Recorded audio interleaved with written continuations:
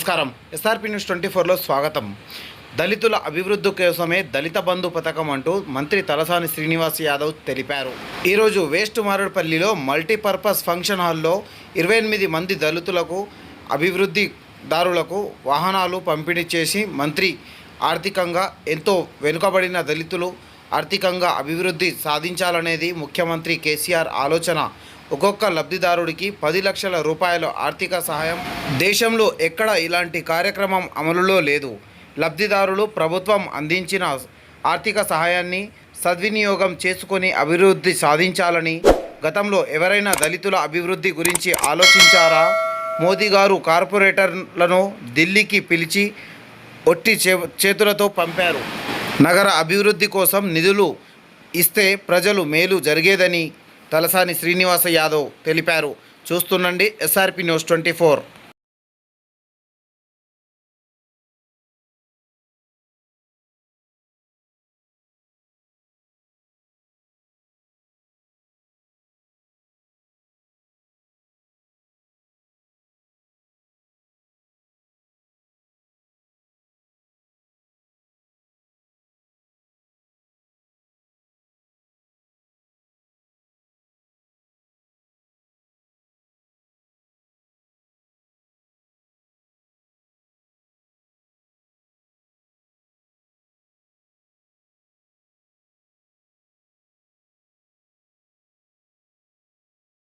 శర్మ గారికి,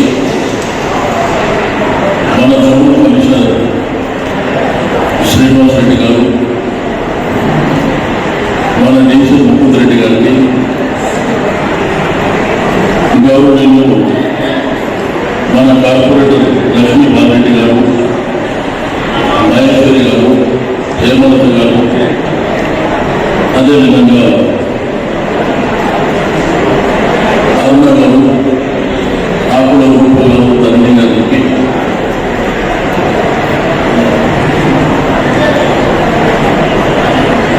special officer Rajendra గారు, మిగిలిన ఎంసెస్ అధికారులకు, రెండోది బెనిఫిషియరీస్ అందరికీ శుభాకాంక్షలు. ఎంతో సంతోషదాయకమైనటువంటి సందర్భం. మీడియా మిత్రులు కూడా భారతదేశ చరిత్రలో ఇటువంటి గొప్ప కార్యక్రమాన్ని ఈ దేశంలో ఎక్కడ జరగదు, చీలినంలో కూడా జరగదు. సమాజంలో అనగారినటువంటి పేద కుటుంబాలు దళిత జాతిలో ఉన్నాయని చెప్పి గుర్తెరిగినటువంటి మొట్టమొదటి ముఖ్యమంత్రి మన కేసీఆర్ గారు అని చెప్పి నేను ఈ సందర్భంగా తెలియజేస్తాను.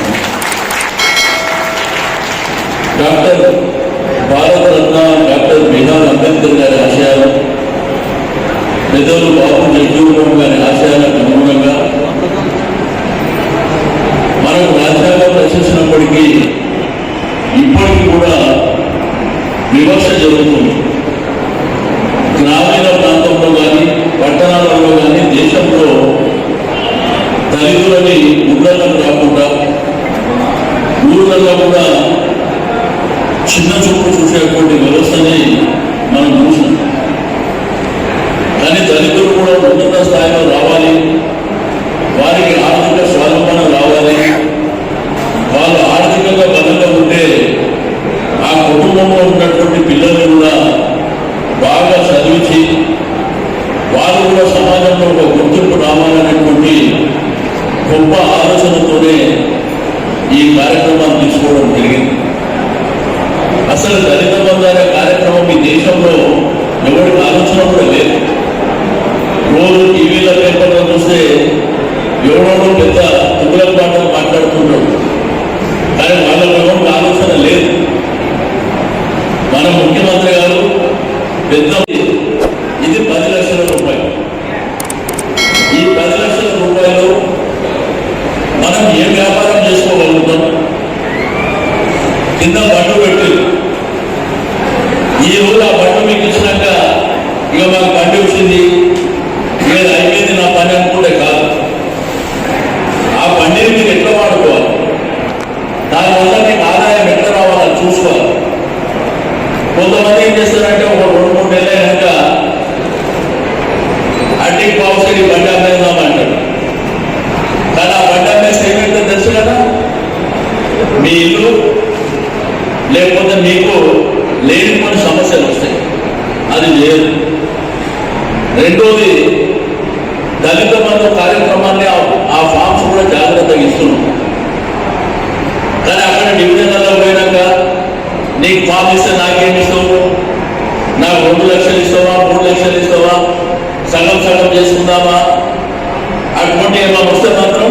పోలీస్ కేసు పెట్టి లోపల వేపిస్తాం. ఎవరు వదిలిపెట్టాం. ముఖ్యమంత్రి గారి ఆలోచన ఏంటి? పేద వాళ్ళకి అది అందాలని చెప్పే ఆలోచన తప్ప ఎవరికో మధ్యవర్తి పైసలు ఎన్నికగా. దయచేసి ఆ పనులు మాత్రం ఎవరు చేయరు. మీకు అన్ని విధాలుగా ఈ ప్రభుత్వం ఆదుకుంటుంది.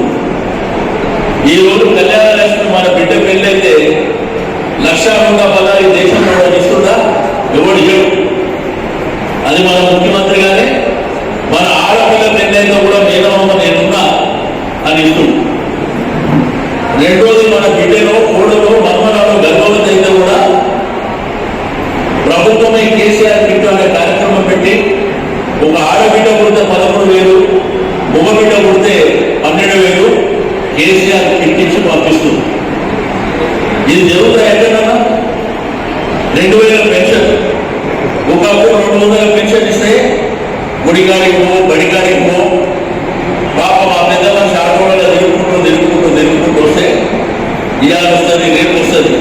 కొత్తలో కవర్ కానీ అంటే ఉన్నోడు చచ్చిపోవాలని చెప్పి. ఇప్పుడు అట్లా లేదు. 57 ఏళ్ళ వాళ్ళని కూడా ఇంకొక 2 నెలల వాళ్ళే కూడా వస్తాయని చెప్పి నేను ఈ సందర్భంగా తెలియజేస్తున్నాను. కొత్తగా భార్య భర్తలు బాగున్నారు, అత్తామామని గౌరవించదు, అమ్మమ్మ నాయనమ్మని గౌరవించదు. పెళ్ళై 6 నెలల తర్వాత కొంత ఎక్కి ముక్కి సంఖ్య అవన్నీ ఉంటాయి కదా. నువ్వు బయటకు నువ్వు బయట కూర్చో.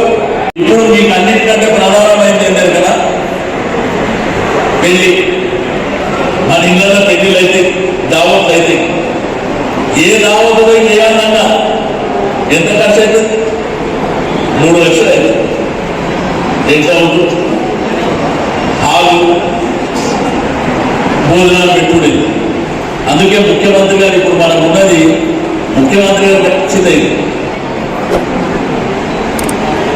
ఇది 20,000 ఇస్తారు. 20,000 ఇస్తారు. దొరుకుతుందా? 20,000 ఎక్కడన్నా ఇంత మంచి.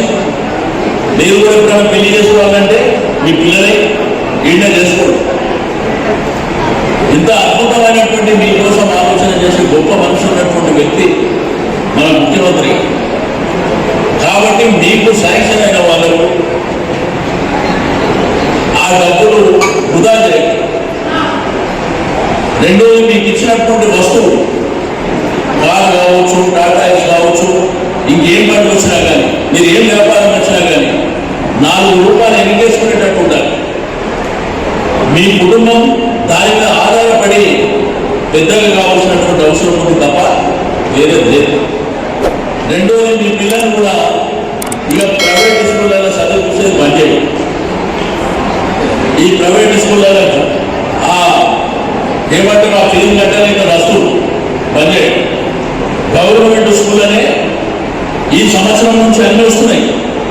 ఇంగ్లీష్ మీడియం వస్తుంది, మధ్యాహ్నం భోజనం ఇస్తుండ్రు. వచ్చే సంవత్సరంలో కూడా స్కూల్లో ఫర్నిచర్ కానీ, బాత్రూమ్లు కానీ అన్నీ కూడా బ్రహ్మాండంగా మీకు రాబోతున్నాయి. దాంట్లో కూడా మీకు డబ్బులు ఆదాయం. దయచేసి ఆ కార్యక్రమాలు కూడా మీరు చూసుకోండి. ఎందుకంటే ప్రభుత్వం చేసే కార్యక్రమాలు మీకోసం చేస్తుంది. బస్తీ దవాఖాన వస్తుందని మీరు అనుకుంటారా? ఆ బస్తీ దవాఖాన నాడ ప్రైవేట్ డాక్టర్ 2 మందులు ఇస్తాడు, గల్లే ఉన్నాడు. ఆ ఇంజక్షన్లు ఆ డాక్టర్ ఇచ్చేది ఈ డాక్టర్ ఇస్తుంది. ఆడవుతా 500 కషాయాలు, 7 రూపాయలు ఎక్కువ ఇస్తుంది.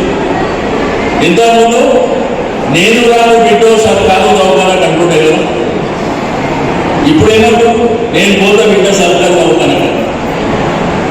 గాంధీ హాస్పిటల్ చూడండి, మీరు టెస్టులు డాక్టర్ రాసిచ్చిన టెస్టులు కూడా బయట చేయించుకోకండి. గాంధీ హాస్పిటల్లో ఫ్రీగా చేస్తారు. మీ బస్తీ దవాఖాన కూడా చేస్తారు. డబ్బులు వృధా చేయదు. ఇంత గొప్ప ప్రభుత్వం మీకోసం ఆలోచించే ప్రభుత్వం ఉంది. రెండోది, అన్ని మన హాస్పిటల్లోనే సమకూర్చదు. మనకు ఛాతీ నొప్పి వచ్చినా, కిడ్నీ ప్రాబ్లం వచ్చినా, ఎన్ని ఉండాలో అన్నీ కూడా క్యాథలాబ్ కానీ, ఎంఆర్ఐ కానీ అన్ని కార్యక్రమాలు ఇస్తాం. రెండోది, మనం పేషెంట్గా అడ్మిట్ అయితే గాంధీ కానీ, నిమ్స్ కానీ, యజమానిగా కానీ మనం అడ్మిట్ అయినాం అనుకో, మన కోసం మన కుటుంబం వస్తారు కదా, మన పిల్లలు మన బంధువులు వస్తారు కదా, వాళ్ళ హాస్పిటల్ అయినా మనమేమో లోపల ఉన్నాం, వాళ్ళు బయట ఉంటాం. మళ్ళీ వాళ్ళకు కూడా కడుపుంది కదా, తినాలి కదా. ఒకవేళ వాళ్ళు భోజనం అంటే హైదరాబాద్ సిటీలో ఏ హోటల్లో తినాలంటే ఎంతైతే 2-3 గుంటలు అవుతుంది. కానీ గాంధీలో వాళ్ళ కోసం కూడా 5 రూపాయల భోజనం పెట్టి అన్నపూర్ణ భోజనం 3 పూటలు. కాబట్టి ఇన్ని గొప్ప కార్యక్రమాలు